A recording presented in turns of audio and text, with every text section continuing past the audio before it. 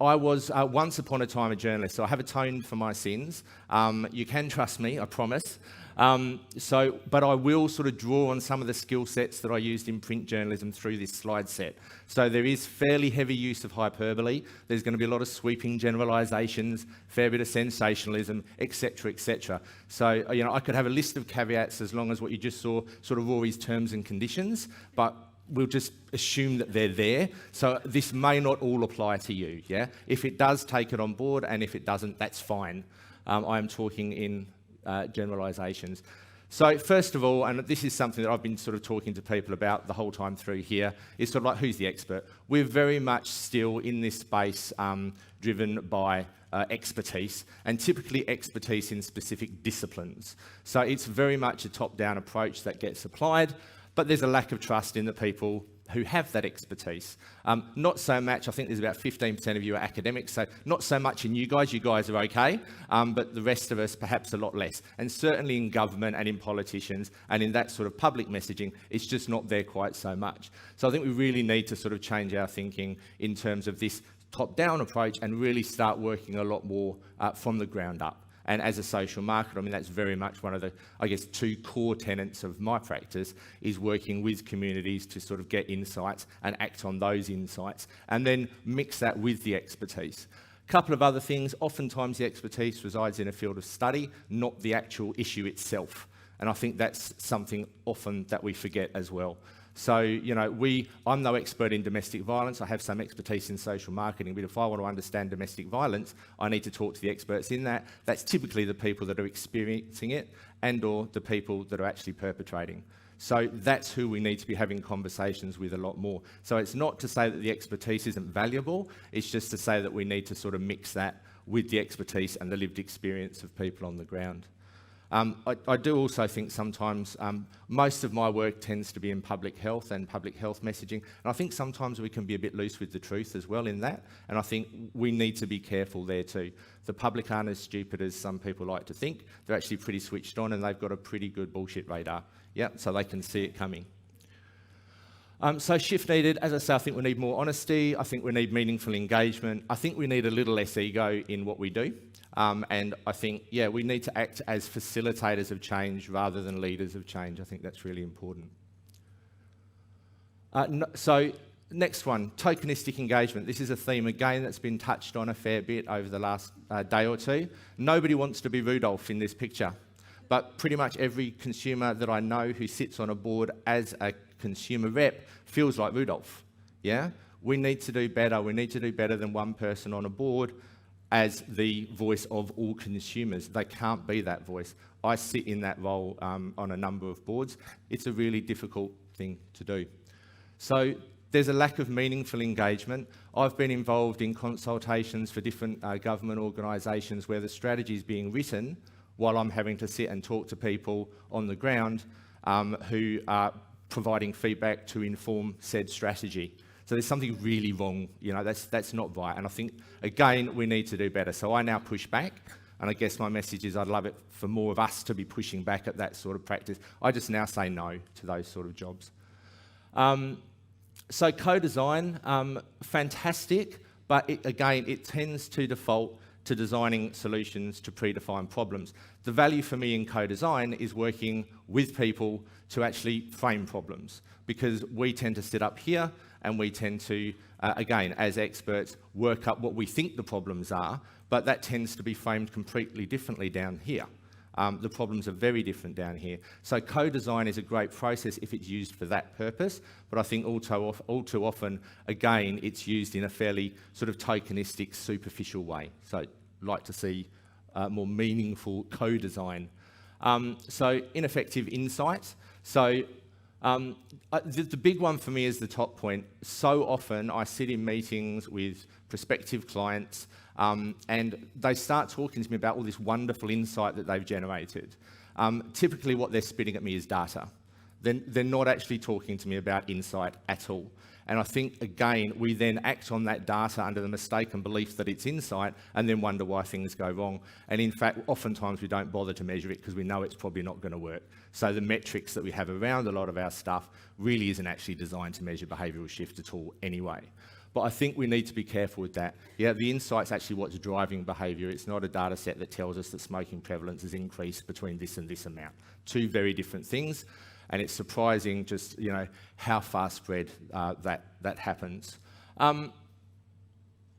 Meaningful community insights rarely captured. Shift needed, use data as a means to generate a meaningful insight. And again, more heavy reliance on lived experience, particularly in that problem definition phase for me is really important. I'm a huge fan of Rory's work, huge fan of the Behavioural Insights team. Initially I wasn't, now I'm a big fan, and I actually use Behavioural Insight a fair bit. But for me, I think, again, it's about balance, and I guess both the previous speakers have touched on this. So for me, this is my only contribution at all, anything original. Behavioural Insight, Citizen Insight, 2020 Insight. I think you need both, and I think with both you get a much better view, and I think you just have far more tools at your disposal. Okay, we spend millions, tens, hundreds of millions of dollars on messaging. And again, I remind you, caveats, generalisations. I'm a communicator. As I say, I've already confessed to being a journo, albeit many decades ago now. I'm a health communicator. I teach health comms. So I'm big on the value of communications, health education, etc., etc. But we do it too much. But my real issue is that it's our default. To borrow a phrase again from Rory. So this is our default setting, and the procurement tends to be the issue here. And I think we probably all know this. I don't think there's anything new here, but I guess what I'm thinking is that given that we're all change agents in the room, hand on heart, we're actually here because we want to have an impact, then I do think it's incumbent on us to push back a little. And I think there are ways that you can do that without sort of bankrupting the business that you're working in, So I think we need to push back a little, particularly on procurement. And if we know something's not going to work, we need to flag that. And 9 times out of 10, nothing will change. But once in every 10, you might get a little bit of shift and a little bit of movement. I've been able to do that, which is really pleasing. And in fact, one of the projects that I'm working on at the moment with St John's Ambulance is actually a piece that is using citizens. It's basically a citizen-informed policy piece. So we're talking to Aboriginal communities. I've been out at St Pat's talking to homeless people about how they're accessing services. That's going to inform the contract that's put forward by Department of Health next financial year in March. So that's really encouraging that there are these shifts and seeds starting to spread. So, shift needed, more holistic, multifaceted interventions. So again, not to say it's not an important part of it, but some of the best social marketing programs I've seen haven't had any comms at all. They've all been sort of a design-based solution, for example.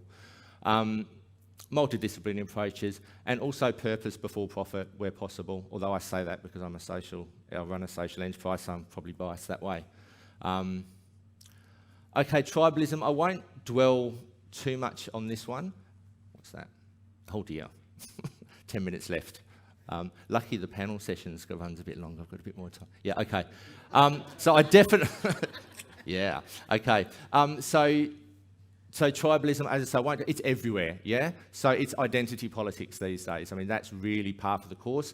So elections are more like sporting events, okay? It's increasingly we're only acting with people who think like we do, and this starts at an early age. And although, I mean, the evidence is there, about 95% of us think the same we think the same on about 95% of things. But what we tend to do is pick the one thing that we differ on. So, the work that I've been doing in the climate change stuff, we've had climate change deniers walk into the room, and my goodness, it's quite an event. But what actually comes out of it, after you get past the initial sort of mud throwing and mudslinging, what actually tends to come out of it is that there's actually a lot of common ground and a lot of commonality. I mean, it's just about attribution is what's causing climate change. You get past that and you actually start talking about, well, we've all got kids and we're all affected in this way, then there's actually a lot more commonality there. So I think that's an important thing to take on board. And I think, for us, it's about, in terms of the one thing that I'd like to see us ensuring we don't do, it's avoiding opportunities to leverage on that in a negative way when we're affecting our change programs, because otherwise we just feed it. And it's not something that I'd like to see fed. And that's just a really nice quote. People are blind to the humanity of people who are not them. Farcical framing. Do you like the use of alliteration? I'm like sort of really pulling on alliteration through this presentation. I don't know if you noticed that. Framing is not always farcical. Yeah, again, another caveat. But I do believe we have far too much fear, shock, guilt. I've spoken about this in the past. I talk a lot about the use of humour, talk a lot about the use of positive framing. The commercial sector, it's well over 50% of their stuff is either overtly humorous or at least mildly humorous. In our space, typically, it was around 4 or 5% when I last did the talk. It's probably increased a bit. I think we're starting to come on board, but I still think we've got a long way to go. Just mindful of time. So again, this is just juxtaposing what they do, that tribe, versus us. So particularly Coca-Cola, they're the ones that, I mean, you know, they bottle happiness. They've got happiness trucks travelling around the world. But you know, we've heard lots of examples of how corporates and brands are doing this sort of stuff, and they frame things in a really positive way.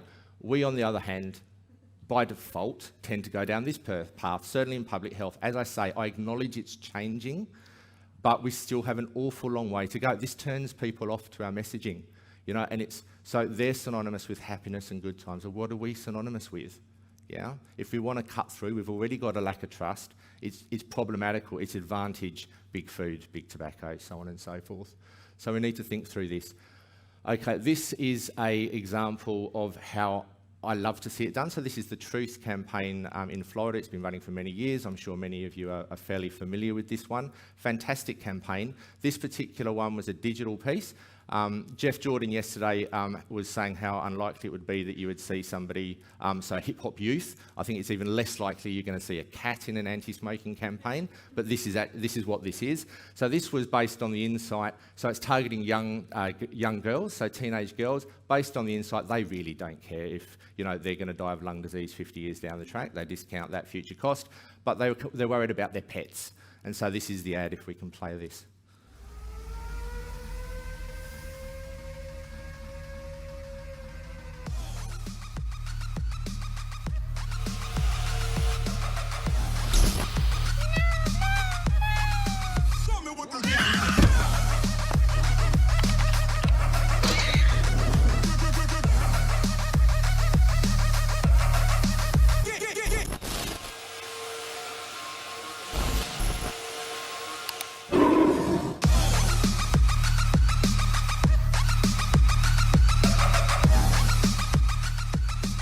So it's great. It's humorous. Everybody's smiling. Everybody's laughing. I shared it. It wasn't targeted at me.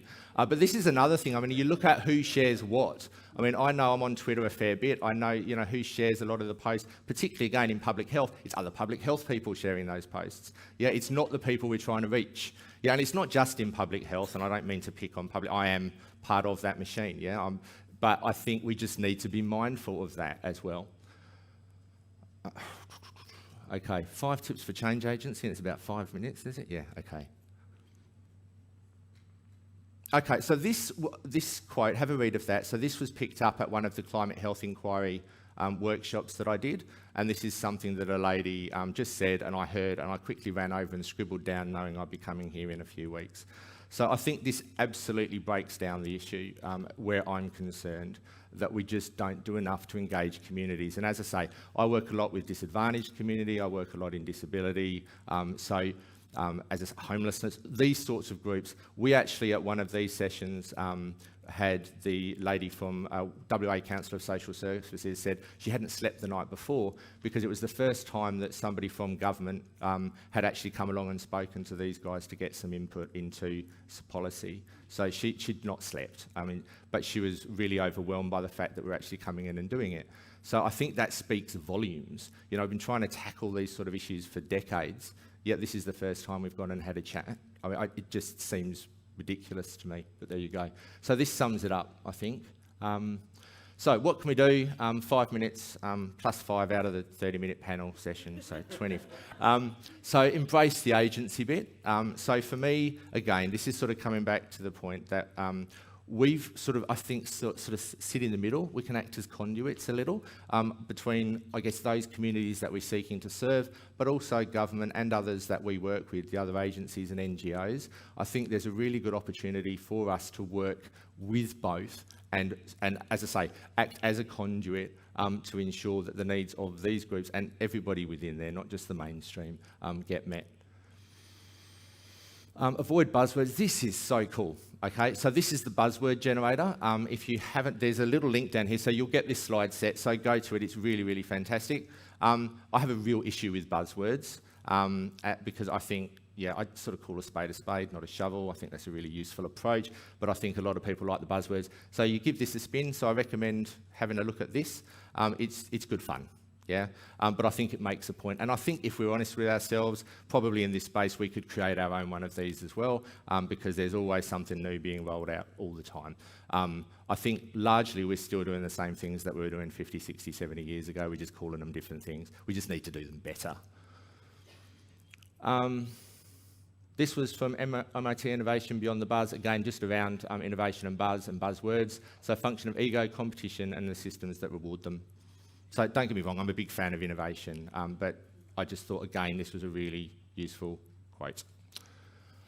Vanilla Ice, I'll come to him, childhood hero. I like to think I was hip-hop, but never was Vanilla Ice, so maybe I wasn't a hip-hop youth. And then I sort of moved into alternative, and but that's a whole nother tale. So we operate in systems that encourage competition, and that's really, really a good thing because it's designed to improve efficiency. And I think probably there's a sound argument that it does. I mean, competition's a good thing. But I'm not sure that that better efficiency always leads to better outcomes in terms of behavioural outcomes and outcomes for communities, again, that we're looking to serve. So I think there's questions in and around that. For me, I mean, my organisation does what it says on the tins, behaviour change collaborative. I'm a big believer in collaboration. I'm a big believer in working, with ideally as many of the people in this room that would like to and beyond. I think there is just so much to be learned from everybody else, and I think working together, the collective is always so much better than the sum. I wonder if Vanilla will play. I'll connect. Does anyone know so Ice Ice Baby is the track. Does everyone know why he's there? Okay, I'm going to play it anyway. Bye. Ice, ice, baby. All right, stop, collaborate and listen. That's so cool. So cool. So he was ahead of his time, was Vanilla, absolutely ahead of his time. I could see his sort of the symbolic figurehead for change agency moving. Yeah. Anyway, and now I've converted my son. He's a 90s house fan, is my son.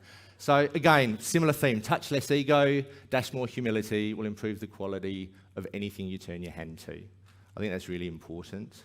I think sometimes we just take ourselves a bit too seriously. As you can tell, I don't take myself too seriously. I hope you're taking this moderately seriously. So number 4, I'm almost done. 1 minute, okay, almost done.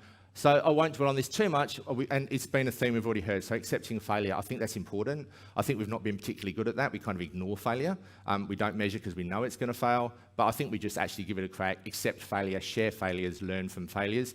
Couple of fairly well-known examples as well. I don't have time to go to all of them. WD-40, for those of you who don't know, there were 39 attempts at the formula. The 40 bit is because on the 40th attempt, they came up with a formula that worked, and the Dyson vacuum cleaner, that was about 5,200 prototypes before he got something that worked, and then he still couldn't get anyone to actually do the sort of manufacturing in the US or Europe, so he basically set it up for himself, and the rest is history. But I think for me, social entrepreneurship, that sort of thing, we need to look at more social business, and actually, public-private partnerships, social impact investment, this sort of stuff I think is really important in this space. I think we've still got a long way to go in terms of actually bringing that all online. I could say a lot more on that, but I don't have time. But this is important. So this was actually in B&T magazine last week, I think it was. And I think this speaks to where the future lies, okay? So 40% of Gen Z, so that's under 24s, believe brands have better ideas at solving Australian issues than do government. So that's really quite profound. We don't have all of the answers. Government doesn't have all the answers. We have some, but so do the brands. But people increasingly are looking to the brands. So I think we need to play nice a little more than we do. And I think we need to be a bit more open in our thinking and a bit more collaborative in our thinking where possible. Final slide. I think this has been covered quite well in the previous, and because I'm over time, I'm not going to go into it a great deal. The only thing I would talk to here is social cohesion, because I'm a big sort of advocate for and feel really passionate about the need to sort of build community and for social cohesion generally. And again, I just think sometimes we sort of come here collectively, but then we will go away to our organisations and we'll look at our particular behavioural challenge and we will go about implementing interventions that we think that work without really thinking about the ripple effects for everybody else who's doing change work over there. And the classic example I always pull out is, you know, I'm one for, as I say, wanting to build community sort of around my home. We've all got big fences, and then what the water authority, for example, will do is encourage us to peek over the fence and report the neighbour if they're watering outside of their hours. So it's like, hi, I'm your neighbour, and by the way, I've reported you to the water authority. So I don't see how, I understand the rationale, but I don't see how that builds cohesion. I just think there's a lack of linked up thinking. So the problems that we're trying to solve, they're not linear, they're complex. I think absolutely needs sort of more than 1, 2, or even 3 approaches in many instances. But I think on this slide, the key takeaway is that the left hand needs to know what the right hand's doing, and that means we need to collaborate a lot more. I think that's it. Thank you.